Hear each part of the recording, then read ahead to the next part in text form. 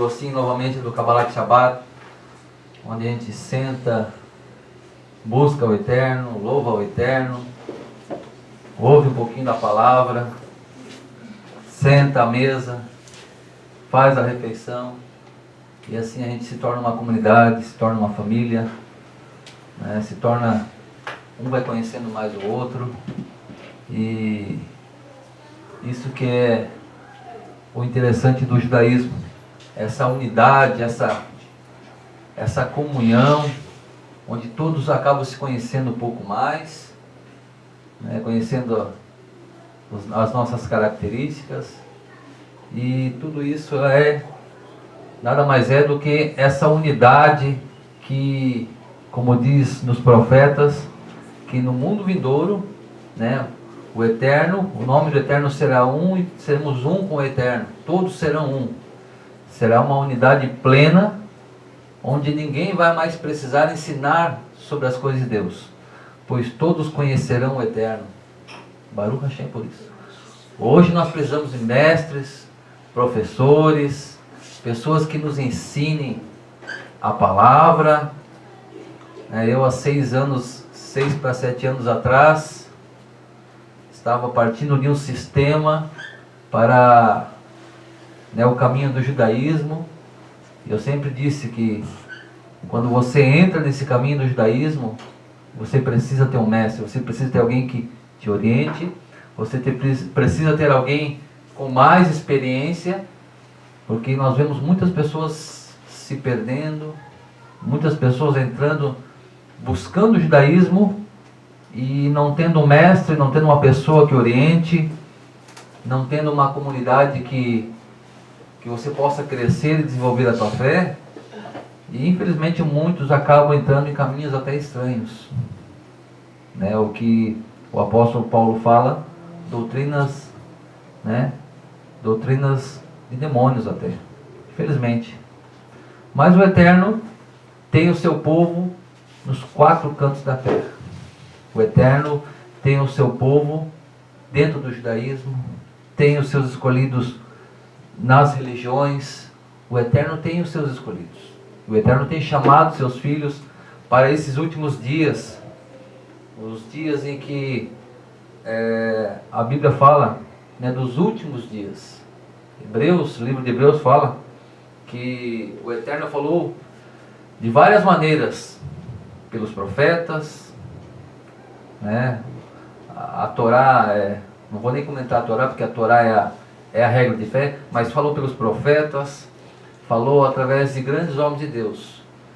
Mas o autor dos Hebreus diz que nesses últimos dias, isso há 2000 anos atrás, ele falou através do Filho, né? Através de Yeshua, que veio nos mostrar, né, a Torá de uma forma mais plena. Quando Yeshua fala o seguinte, existe um texto que diz, eu vim cumprir a lei. Na verdade, no original está escrito, eu vim plenificar a lei. O que é plenificar a lei? Não é que a lei não era plena, mas o entendimento da lei muitas vezes ficou um pouco ofuscado. Até mesmo dos sábios, até mesmo dos doutores da lei, havia pontos escuros, havia várias escolas. E Yeshua veio trazer o quê?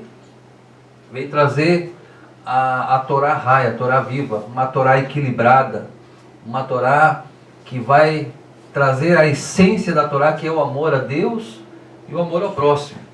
Nessa Parashá Shofetim, estamos no último livro da Torá, que é Devarim, Deuteronômio. Hoje eu só vou jogar só uma pincelada. Amanhã o pão maior é com o Maurício amanhã. O Maurício vai trazer aquela ralá, né? Aquela porção dupla amanhã. Parou, Rachê. Shofetim. E Shofetim vai cair bem nessa época, a época de Elul. O mês de Elul, que se iniciou ontem. Hoje já é o segundo dia de Elul, né?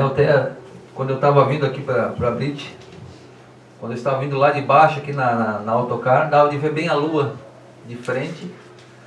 né, ela só com um fiozinho, mostrando que é a lua nova, começo do mês, Rosh Chodesh, que foi ontem. Então, nós entramos em Elul, e a paraxá que vai cair exatamente nesse começo de Elul é Shofetim. Vamos ler aqui os primeiros versos para a gente se contextualizar. Está lá em Deuteronômio, capítulo 16, se alguém quiser acompanhar. Deuteronômio, capítulo 16, verso 18. Eu vou esperar os irmãos acharem, para a gente fazer uma leitura juntos. Deuteronômio, o último livro da Torá. O livro de Deuteronômio é o último mês da vida de Moisés, em que depois de ele rogar ao Eterno, insistir por várias vezes para entrar na terra, o Eterno diz que ele não vai entrar na terra, e a partir daqui Moisés decide então trazer a última mensagem da sua vida, o último mês, o seu último anúncio ao povo de Israel, a nova geração que ia entrar em Canaã. Deuteronômio, capítulo 16, verso 18. 16, 18, diz assim: Juízes e policiais designarás para ti, em cada uma das tuas tribos, em todas as tuas cidades, que o Eterno teu Deus te dá, e julgarão o povo com reto juízo. Ok, até aqui.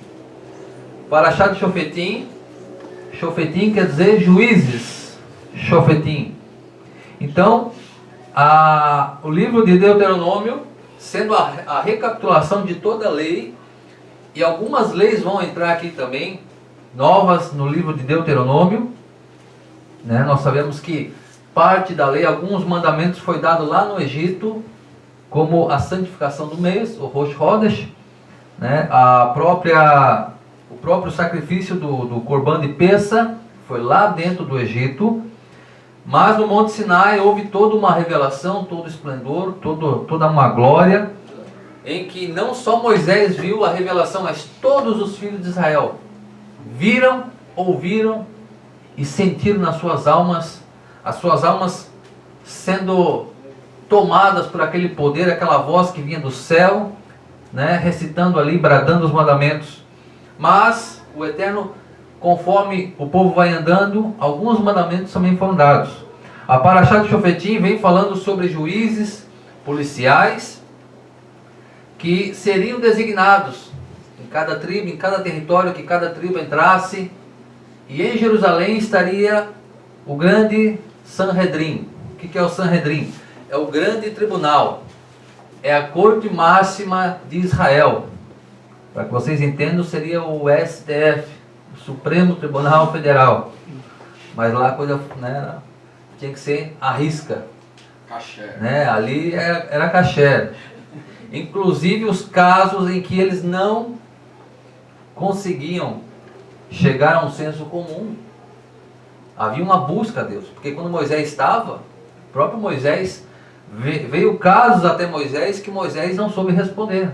Então Moisés fez o quê? Buscou o Eterno, e o Eterno, sabendo de todas as coisas, deu a resposta. Então, mas a corte máxima, ela vai dar o veredito dos julgamentos. Mas antes de chegar na corte máxima, tinha os pequenos tribunais. Por exemplo, Jerusalém tinha muitas portas.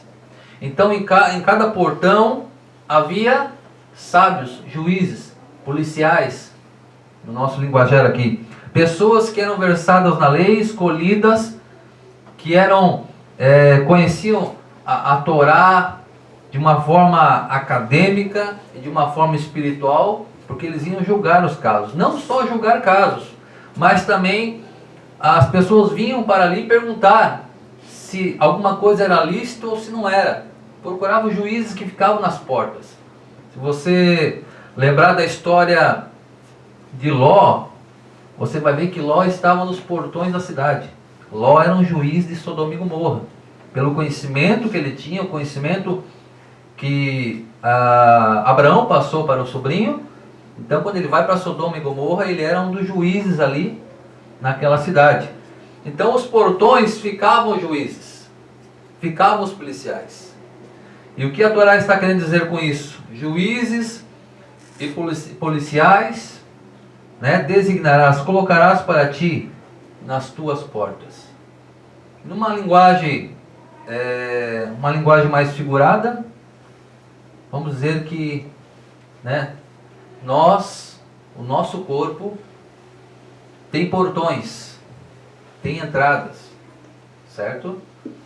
Segundo a tradição judaica, né, nós temos portas e devemos colocar policiais. O que é policiais? Colocar a palavra do Eterno para que purezas não entrem, né, nessa cidade que é a nossa vida.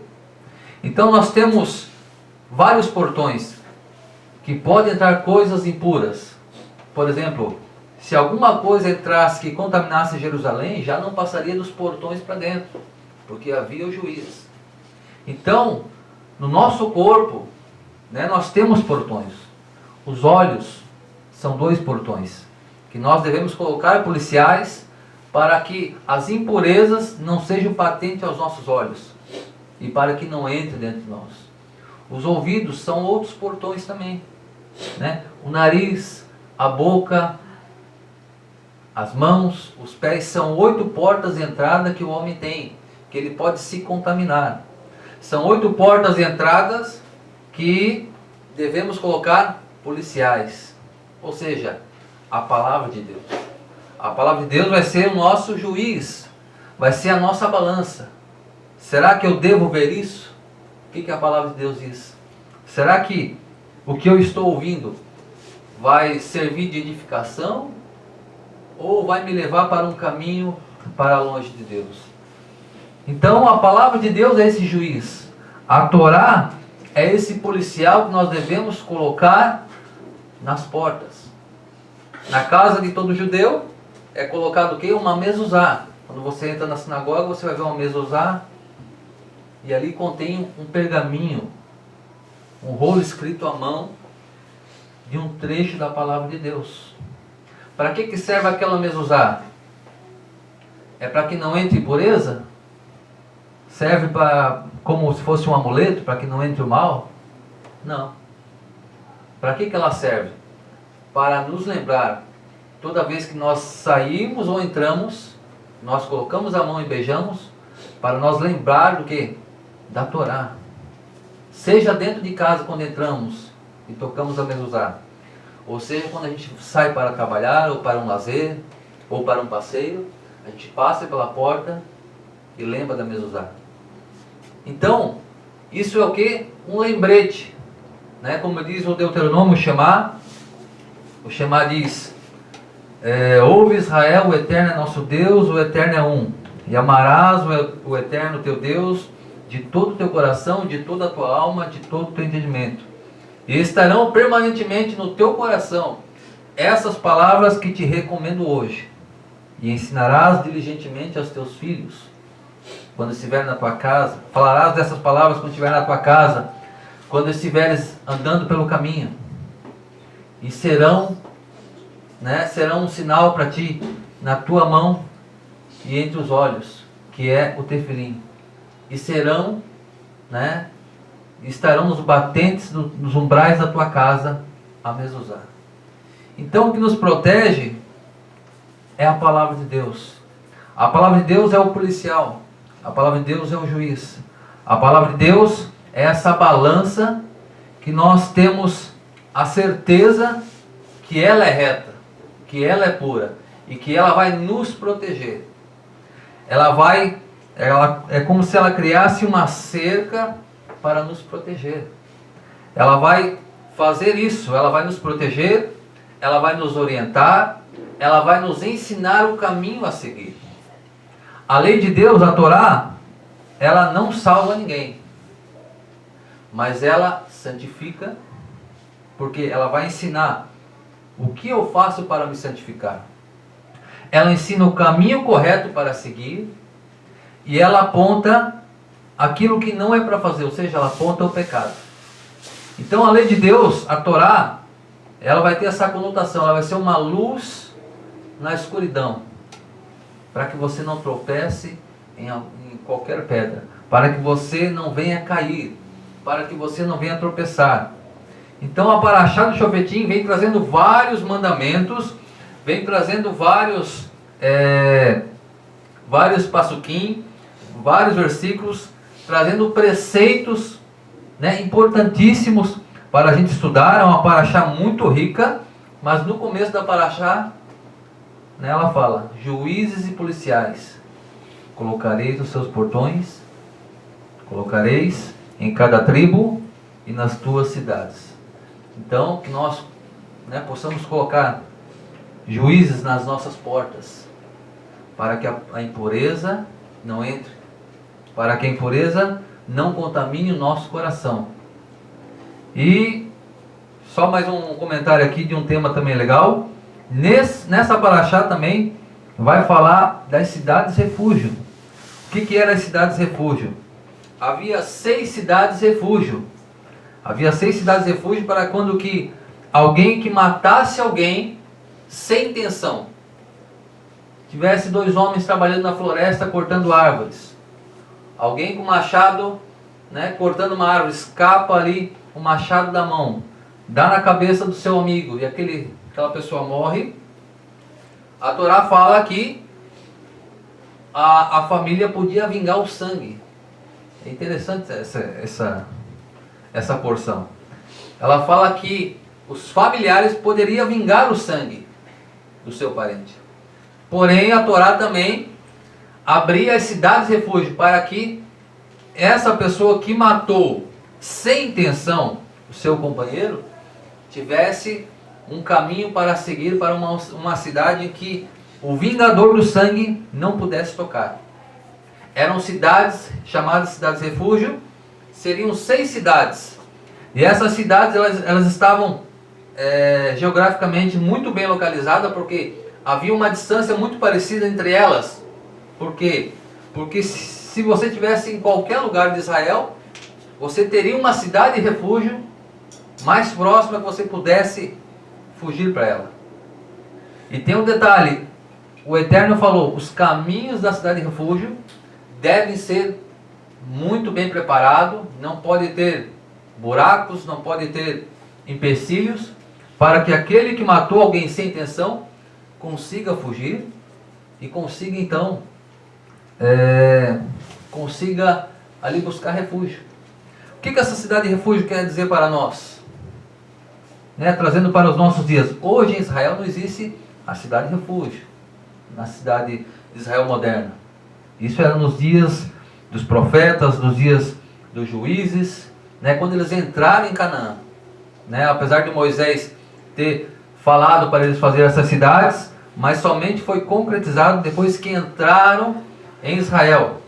Então essas cidades, elas iam tratar o quê? Tratar da parte psicológica da pessoa. Por mais que uma pessoa não teve a intenção de matar, mas imagine a mente daquela pessoa que matou através das suas mãos sem querer. Eu conheci um amigo que trabalhou numa empresa, ele é eletricista, e estavam fazendo manutenção numa máquina, um rapaz, e esse rapaz esqueceu de botar o cadeado de emergência, e aonde que ele ia não dava para ver ele. Então ele cometeu um erro, ele não botou um cadeado de emergência, e veio alguém ali, ele achou que não tinha ninguém, mas veio um eletricista e ligou a máquina, viu a máquina parada, e infelizmente aquela pessoa morreu. Então essa pessoa que matou sem querer, por mais que foi sem querer, né, e eu conheço essa pessoa ficou quase um ano mal psicologicamente.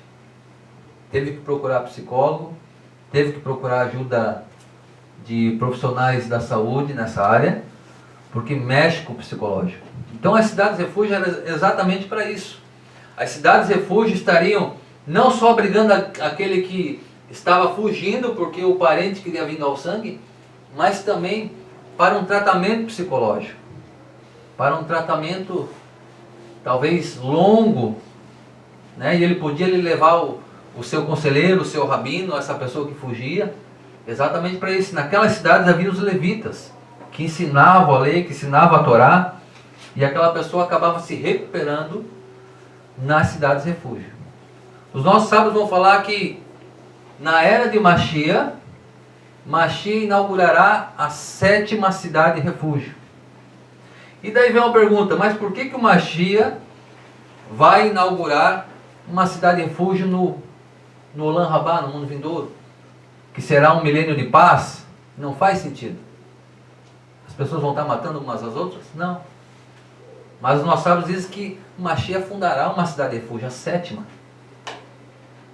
E eu estava pensando esses dias num versículo que diz sobre o livro do Apocalipse, que naquele dia, passado o julgamento, o Eterno enxugará dos olhos toda lágrima, e as coisas velhas já passaram, e eis que tudo se fez novo. Isso remete a quê? Cidade refúgio.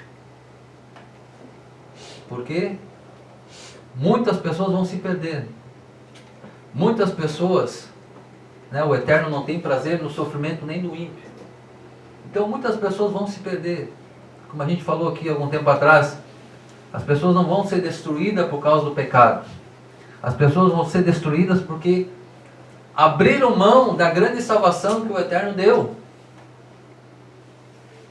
Né? O povo, aquele povo que vai perecer, que vai se perder, não é por causa do pecado, é porque abriu mão, não quis a graça, o dom imerecível vindo dos céus, rejeitou. Então, imagine, nós no mundo vindouro, de repente um parente que a gente tanto amava, de repente alguém que rejeitou a graça de Deus. Nesse dia o Eterno vai enxugar dos nossos olhos todas as lágrimas. E Mashiach estará ali como um agente dos céus para nos ajudar para um tratamento, porque no mundo vindouro não há tristeza, não há choro, né? Só há júbilo de alegria, porque as coisas passadas se passaram e eis que tudo se fez novo. Que o Eterno possa vos abençoar. Hazak Baruch. Hazak Baruch.